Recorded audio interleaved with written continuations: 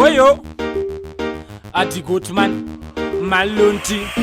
energy aipan energize strategy mana kuti mani strategize watating malonti pepit pando pipe ai motive nona kunge big man songe tikutamba bhora chipupupu malonti yaridza kiki chitututu nasiva zobvuma kuti une urutu ingoma ndichivabatira ngemushutu kunge tiri kutamba bhora chipupupu malonti yaridza kiki chitututu nasiva zobvuma kuti une urutu ingoma ndichivabatira ngemushutu mabvanzi achiti throw in ndova pazvimahatco refara achiti friki ndova pazvimatigongo nekuti tigongo rinodiwa nemavhiya rangu ana bongo kana mwana wese boyo ndimomperesi mara ikandirwa goma rinotererwa taishuwa raitambirwa vakuru nevadiki kusvikira tanochembera taiona ngwendeza atanzira vakatikandira kunge tiri kutamba bhora chipupupu maloti yaridza